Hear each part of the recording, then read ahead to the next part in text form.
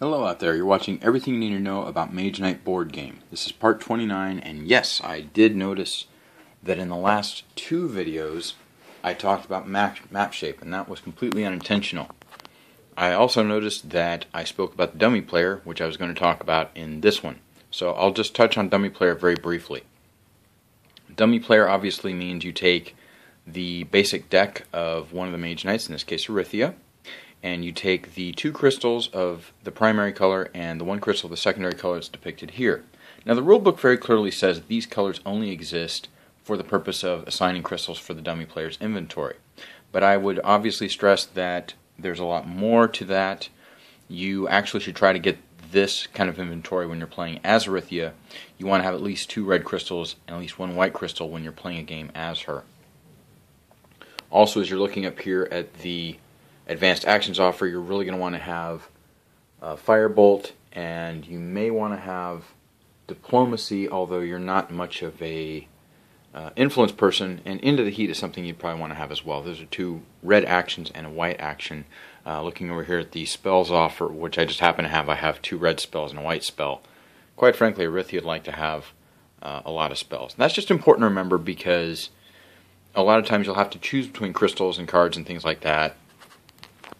For example, looking at the top two artifacts here, people don't know which artifact they want to have.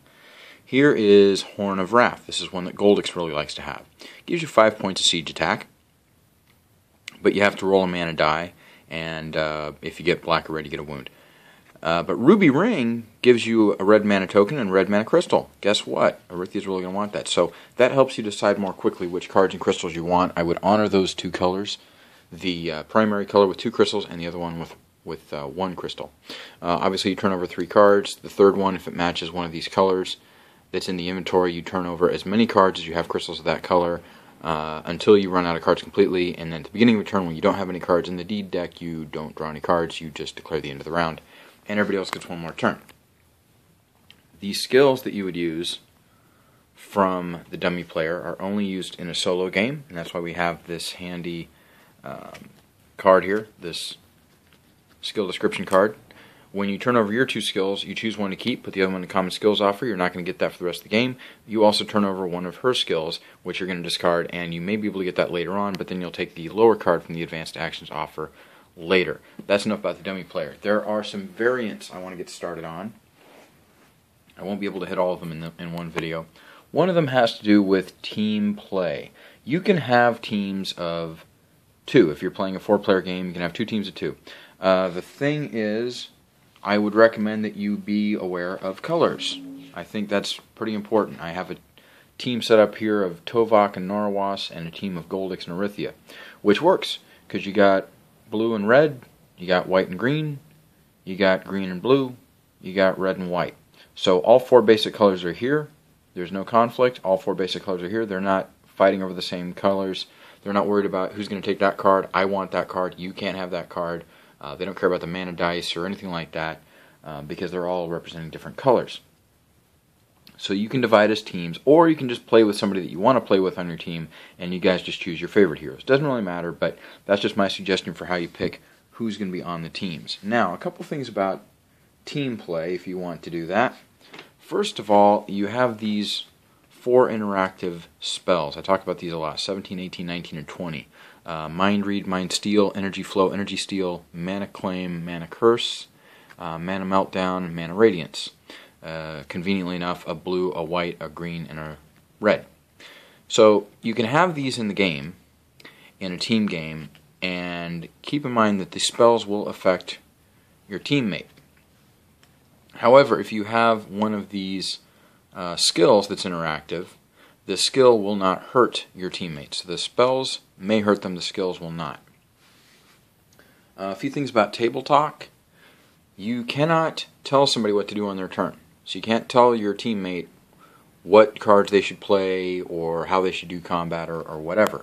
However, you can agree to share certain things, like you take this tactic, I'll take this tactic, you get this artifact, I get this artifact. You can do that, so you may end up doing that during their turn as long as you're not micromanaging how they're doing their turn. In addition to that, you can be in a cooperative assault together. you cannot be on the same space. If you end up on the same space, you have forced withdrawal. You cannot have player versus player combat. Keeps, oh, this is so important. If you are on or adjacent to a keep that belongs to you or your ally, okay, so you're either on this keep or you're adjacent to it, and it belongs to your ally, your hand limit is increased. Your hand limit is increased if you are on yours or your teammate's keep, or if you're adjacent to it. Your hand limit is only increased by the number of keeps that you own. So let's say that on the map your teammate has shield tokens on 4 keeps. You have shield tokens on 0 keeps. And you are adjacent to one of his keeps and you want to increase your hand limit by 4. No, you need to keep to yourself. You cannot increase your hand limit based on your teammate's keeps. That's very, very important. The other thing about team play is how it's scored. Now, generally speaking, what we're going to do is we're going to break the deck down and count the spells and the advanced actions. And then we're going to take the artifacts and the crystals. And then we're going to look at the map and find all the fortified sites that were conquered, including monasteries that were burned down. And then we're going to look at all the adventure sites that were explored. And then we're going to look at how many units are in your army. And then we're going to count how many wounds you sustained. And based on that, we're going to assign titles for each one. And the person who gets the title gets 3 fame. And the person who gets, if there's a tie, each person gets 1 fame. And in a team, we're going to do it differently. Okay, so let's go back to my example where I have Tovok and Norwas on a team, and I have Goldix and Orithia on a team. Well, each team is only going to get 1 shield token at the end of the game, because we're just going to do the base amount, okay? So say Goldix is way up here. He's at like 71. I forgot to put his shield token on here. But he's at 71. His teammate Orithia is back here at 54. So we're going to take his off, which conveniently I've already done, and we're going to use her base score. We're going to look at Tovok and Norwas and see that he's all the way back here at 27, whereas Tovok is up here at 40. So we're going to take Tovok's off and go with the lower one. That would be Norwas' score. Now, we're going to count all of the spells and all of the advanced actions and give 2 fame per spell and 1 fame per advanced action, but only for the player that has the most.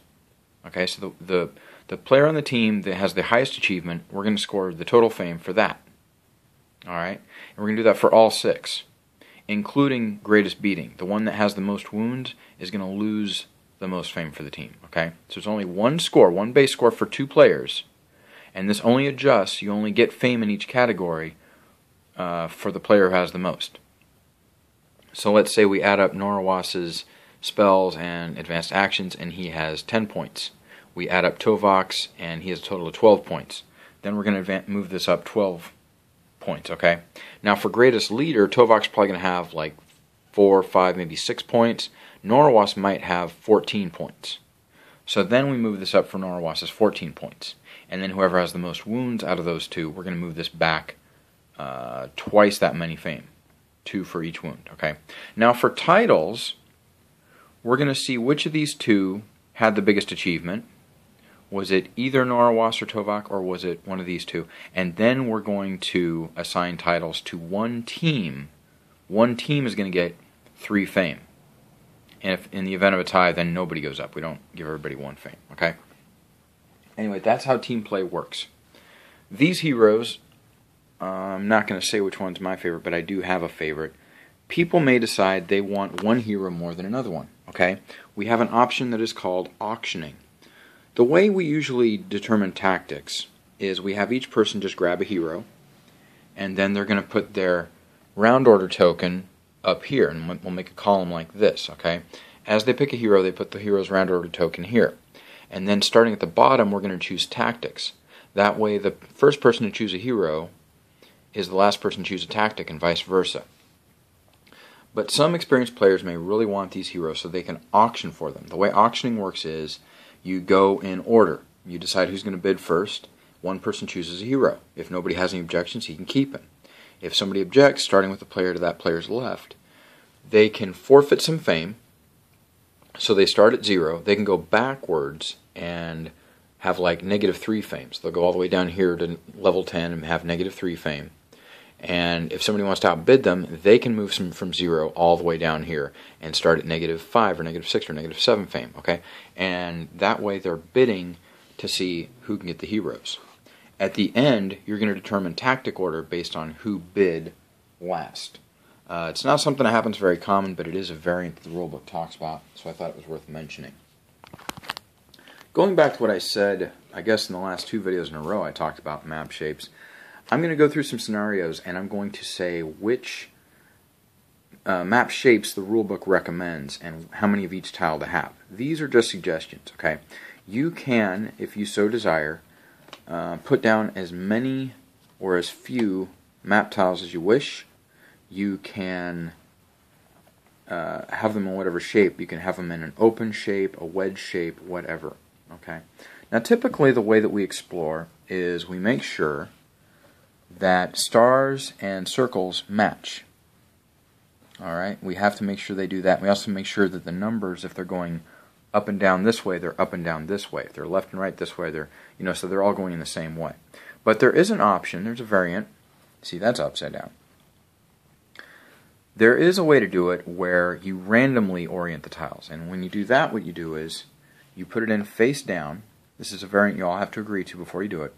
And then you decide which axis you're going to flip this over. So I'm going to say this is the axis, okay? So I flip it like this. And now I'm just going to put it down so the corners touch.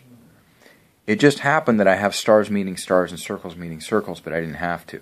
And as you can tell, this is completely upside down. It's like 270 degrees sideways. But that's okay. That's what I'm looking for. Just something varying that you can do.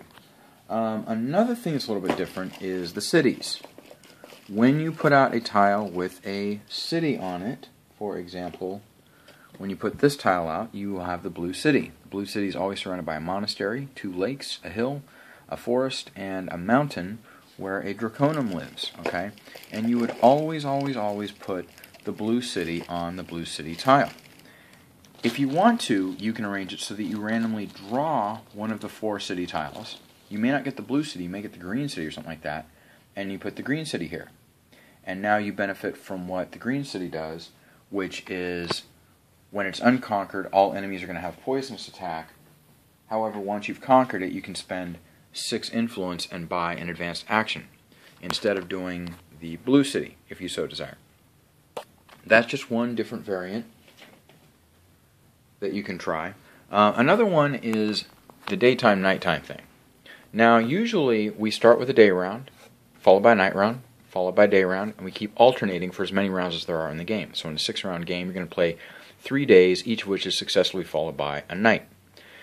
But you can do 2 different variants with the day-night thing. The first thing you can do is what's called night arrival, where you start with a night round, and then you go to a day round, and you go back and forth. So night first and then day. The problem there is that now your forests are going to be 5 to move through, and you're not going to be able to use gold mana. Although you would be able to use black mana to charge any spells you got in the first round, and you would be able to move through the deserts for 3. So that's an advantage. Another option you can do is called Darkness is Coming. Now, Darkness is Coming, what you're going to do, you're going to start with a day round. At the end of the day round, you're going to roll 2 mana dice. Okay? If neither of the mana dice is black, then you're going to have day rounds for the rest of the game, or at least until you end a day round when you roll and you get a black. Okay? And then when you get a black mana, then it's night for the rest of the game. Okay? So it's daytime as long as you don't roll black, you don't go to night. But once you do roll black, you never go back from night, you just stay there. Another option is the city levels. I'm going to go through all these scenarios and say what the city levels are recommended to be. By the way, here are all my cities I have in one bag, all 4 of them. I'm going to say what level it's recommended that you adjust the cities to. You don't have to do it that way. You can choose to raise or lower the city level. These go to 11. They go all the way up to 11. And so you can raise them. You can actually make a megapolis. What a megapolis is you take this city space, okay, and then you could choose to put the 2 cities next to each other. and then you could combine their levels so they're one big city, and they're defended by all the tokens in their click space. Okay, and there's certain things like you could attack this Draconum from either space. You can use the benefits of the city, this city by being in this space, or this city by being in this space. You can have a cooperative city assault from suitable heroes who are heroes on any side of it. There's lots of different things that you can do with the Megapolis. It's just a way to make the city conquest that much tougher. It is recommended that you do it for the last city you're going to encounter. So anyway, those are just some variants. A couple of ideas that you can add to the game to try it up. The Megapolis, varying the daytime-nighttime board, varying the map, both the shape and the number of tiles, auctioning the heroes, and then team play. I'm going to come back in one more video and do just a couple more variants that you can add to the game, and then I'll go ahead and explain all the scenarios, and then believe it or not, we'll be done. Thank you so much for tuning in. This has been everything you need to know about Mage Knight board game. Until next time, GLHF. Good luck. Have fun.